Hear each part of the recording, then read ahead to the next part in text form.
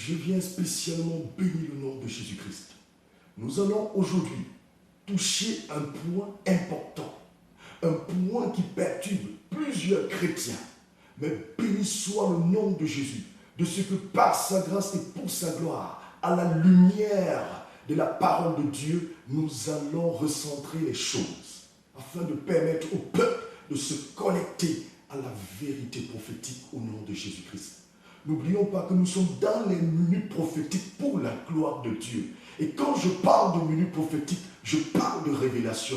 La Bible déclare que vous connaîtrez la vérité et la vérité vous affranchira. Soyez donc attentifs.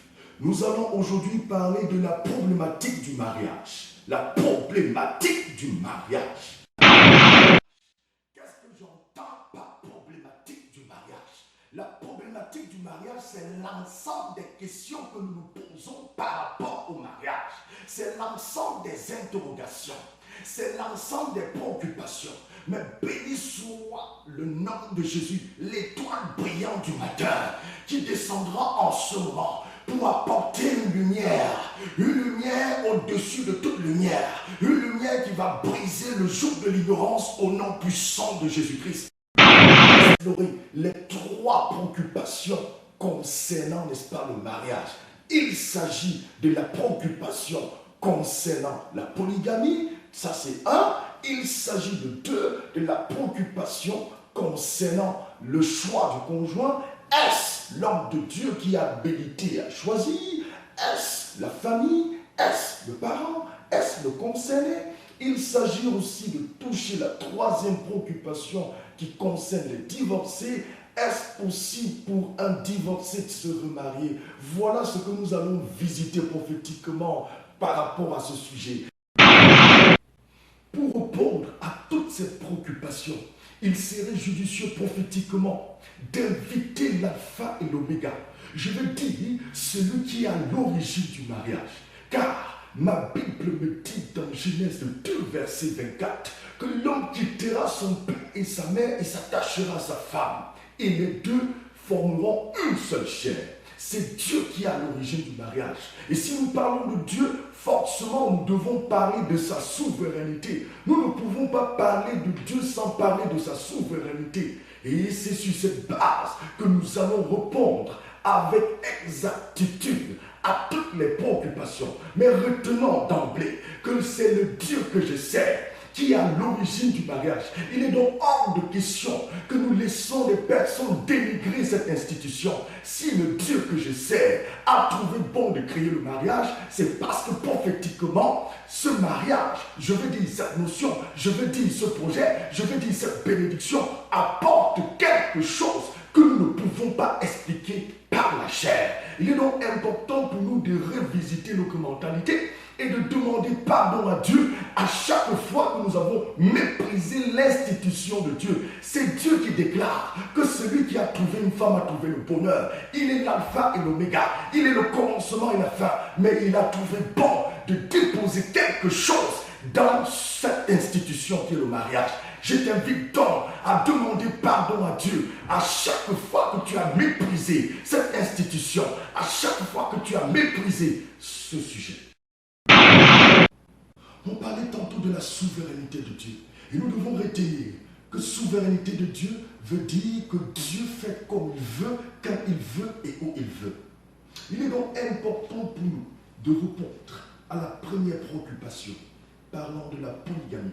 D'où vient la polygamie? Et pour expliquer cela, il serait judicieux pour moi de reconvoquer Genèse 2, verset 24 qui déclare que l'homme quittera son père et sa mère et s'attachera à sa femme et non à ses femmes.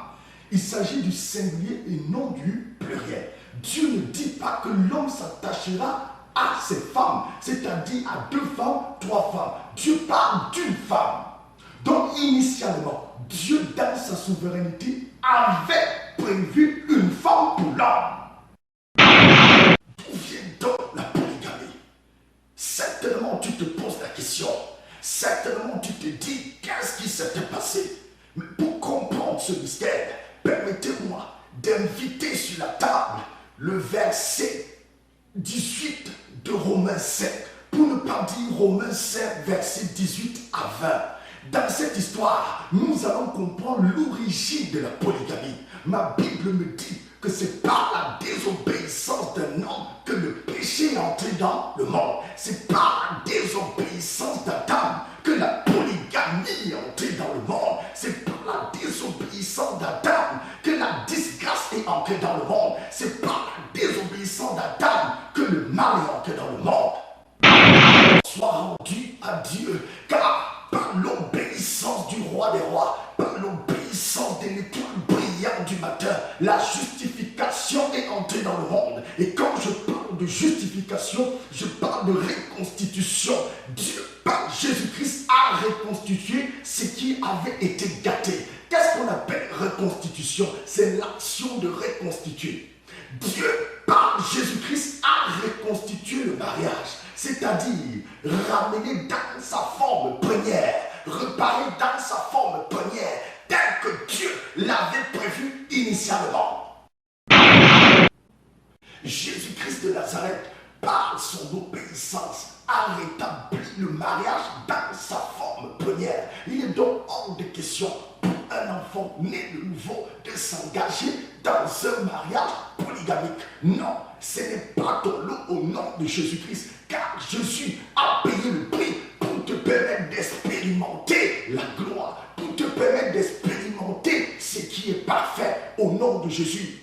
Maintenant, pour ceux qui sont venus à Christ étant polygames, il est hors de question que tu puisses te séparer de tes femmes, car la Bible déclare que Dieu ne tient pas compte du temps de l'ignorance. D'ailleurs, il dit, venez à moi tel que vous êtes, il est souverain. Et je pense que plus que jamais, vous comprenez la raison pour laquelle, au préambule, il était nécessaire pour moi de parler, n'est-ce pas, de la souveraineté de Dieu. Dieu qui est souverain identifie les faits pas selon la chair, mais selon lui, parce qu'il est Dieu. Nous allons maintenant répondre par la grâce de Dieu à la deuxième préoccupation. Nous allons répondre à la deuxième préoccupation. Plusieurs se posent des questions en ce qui concerne qui est habilité à choisir le conjoint. C'est une question difficile, mais nous avons la réponse par la puissance de la révélation de Dieu. Je nous invite donc à lire Genèse 24. Dans cette histoire, nous allons comprendre que Abraham, qui ici est le symbole d'un parent et le symbole d'un pasteur, avait choisi son serviteur pour qu'il puisse jouir d'une certaine crédibilité qui devait, n'est-ce pas, lui permettre d'aller à la rencontre, d'aller vers celle qui devait dans la suite épouser son fils Isaac. Oui, Abraham avait dit à son serviteur, quand vous lisez précisément Genèse 24, verset 7, qu'un ange de l'Éternel te conduira. Ça représente quoi? Ça représente le Saint-Esprit qui peut conduire un serviteur de Dieu. D'ailleurs, la Bible nous dit dans Éphésiens 4, verset 11, que Jésus-Christ a établi les pasteurs, les prophètes, pour l'édification du corps du Christ. Dieu est en mesure de visiter un serviteur de Dieu par rapport à un mariage. Nous parlons là de la souveraineté de Dieu. Nous ne devons pas limiter Dieu. Ça, c'est un. Ce que nous devons comprendre, c'est que Abraham, ici, peut être considéré comme un parent. Dieu, dans sa souveraineté, peut utiliser un parent pour conduire une personne dans le mariage. Parce qu'il est souverain. C'est ce que nous devons retenir. Nous devons donc comprendre que Dieu, dans sa souveraineté, peut utiliser un proche pour, n'est-ce pas, agir dans un projet marital. Dieu peut utiliser un parent. Dieu peut utiliser un pasteur au nom de Jésus-Christ. Ce sont des choses que nous ne pouvons pas comprendre. Il est important de saisir cela. Maintenant, je relève que personne n'avait obligé Rebecca. Ma Bible me dit dans Genèse 24, le verset 57 à 58, que Rebecca fut consultée. On avait demandé son avis. Rebecca n'avait jamais causé avec Isaac. Rebecca n'avait jamais connu une expérience de fiançailles avec Isaac. mais sur la base de la foi, elle s'est engagée. C'est pour dire que Dieu n'a pas changé. Dieu, dans sa souveraineté, peut conduire une personne dans un projet que cette personne ignore. Mais parce qu'il est Dieu, il veillera toujours pour se glorifier. Cessons de limiter Dieu, cessons de raisonner Dieu, car la sagesse qu'il nous a donnée consiste justement à développer l'humilité. Certes, on nous parle de réflexion, nous devons réfléchir, mais on ne réfléchit pas pour s'opposer à Dieu, on réfléchit pour davantage se soumettre à Dieu. Ce que nous voulons aussi relever, c'est que Dieu, dans sa souveraineté, peut donner aux concernés de choisir son conjoint. Lisons Genèse 29, le verset 18. Ma Bible déclare que Jacob avait constaté que Rachel était belle et sur cette base, il aimait Rachel. On peut choisir une personne sur la base de ce qu'on a demandé à Dieu. Retenez cela. Il est donc important de faire la lumière prophétique pour comprendre les contours de la réalité du mariage afin de ne point tomber dans le piège de l'ennemi. Maintenant, nous allons répondre à la troisième préoccupation. Nous allons clôturer maintenant avec la troisième préoccupation. Il est important pour nous de citer 1 Corinthiens 7, le verset 11, pour comprendre la téneur. La Bible déclare qu'il est hors de question pour un divorcé de se remarier. Je peux comprendre la fermeté de la puissance de Dieu, la fermeté de certains hommes de Dieu, car Dieu hait le divorce.